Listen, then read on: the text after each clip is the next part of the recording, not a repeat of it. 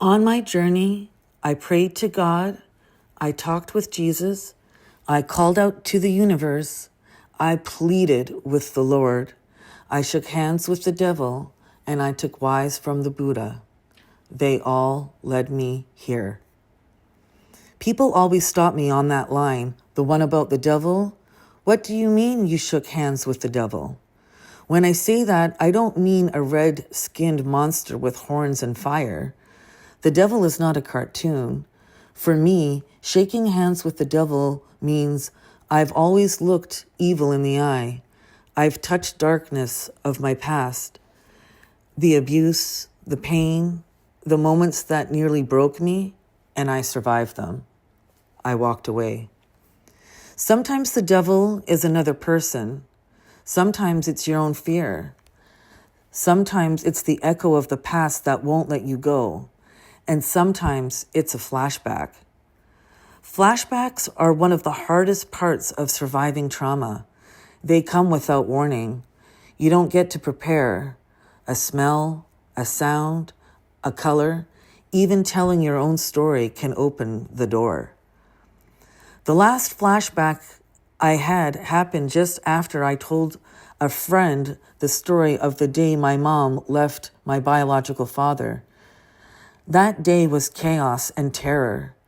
I was animated in my telling, pouring it all out, because one day I planned to make it into a film. I didn't know that telling it so vividly would bring it back to me in another way. A few days later, while traveling, my friend stopped for gas. I walked to a small cafe across the street. That's when I saw him. A man got out of his car, moved strangely, slipped behind some bushes, and then came back out, still zipping up his jeans. My stomach twisted. He was wearing a faded denim blue t-shirt, the same color my father always wore. Faded jeans, same hairstyle, same age my father had been in those years. It was like seeing a ghost. He came right up to me and stuck out his hand. When I shook it, I felt something crawl across my skin, cold and unsettling. My friend joined me then. She's ex-military. She didn't like his vibe either. He lingered, told odd stories, asked questions that cut too close. Twice he went back to his car. Once he came out with stickers, the second time with drinks, cans of sparkling water. One had the word murder printed in bold letters. I've never seen that brand before or since. My friend thought it was bizarre. I thought it was a warning. We finally moved inside, but I couldn't shake the feeling. I told her I felt like something had passed into me when I shook his hand. She said she felt it too. Minutes later, back on the road, it hit me. Flashbacks, like a dam bursting, memories flooding in one after another, dragging me under. I couldn't see straight. I had to pull over and tell her I'm having flashbacks. And here's what people don't always understand. Flashbacks aren't just pictures in your head. They take over your body in that moment. I could feel my father's hands around my throat, squeezing. I couldn't breathe. I could feel the sharp pain at the back of my head, the place he used to strike me again and again. My body didn't know I was safe on that road. It thought I was back there, reliving it. That's what shaking hands with the devil feels like. You don't ask for it. You don't want it, but suddenly you're not in the present anymore. You're back in the room you swore you left behind. The flashbacks didn't stop that day. They came in waves for days after. I'd get a moment of rest, then another would slam into me. Exhaustion set in so deep I could hardly function. At times, we had to pull over for hours just so I could breathe and gather enough strength to move again. I asked my friend to throw away the stickers and the drinks he gave us. I couldn't bear to have them near me. They felt poisoned, heavy with his energy, like I needed to scrub his touch off my skin. That whole trip was one long storm of flashbacks, brutal, draining, but also in a strange way necessary.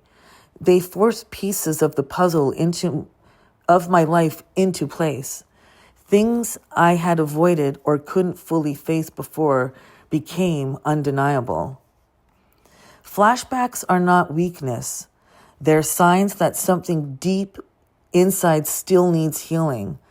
They're painful, but they can also be maps pointing to the wounds that remain raw. And sometimes facing them helps us understand ourselves in ways we couldn't before. So when I say I shook hands with the devil, this is what I mean. I touched something I never wanted to touch again. It came back through a stranger's shirt, his handshake, his unsettling gifts. And for a moment, it pulled me under, but I survived. Survivors are not weak because they have flashbacks. Survivors are strong because they live through them and keep going. Naming it out loud, this is a flashback, helps me. Removing objects that carry bad energy helps me.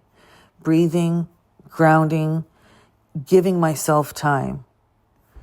And telling the story like I am now, that's survival too. Because silence keeps the devil's hand on your throat. Speaking breaks it. So yes, I shook hands with the devil, but I stepped away. I walked forward. I'm still walking. And every step I take is now mine. Each step is proof that the past didn't win. Each breath is a reminder that I'm still here, still moving, still choosing life on my terms. My scars may tell the story of where I've been, but they do not decide where I'm going. The weight of what I survived no longer chains me down. It fuels the fire beneath my feet.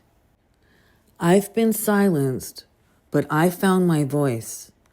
I've been broken, but I learned how to put myself back together. I've been thrown into darkness, but I discovered that even in the blackest night, I can be my own light. The devil didn't win. He may have shaken my hand, but he never claimed my soul. I walk forward not as a victim, but as a survivor.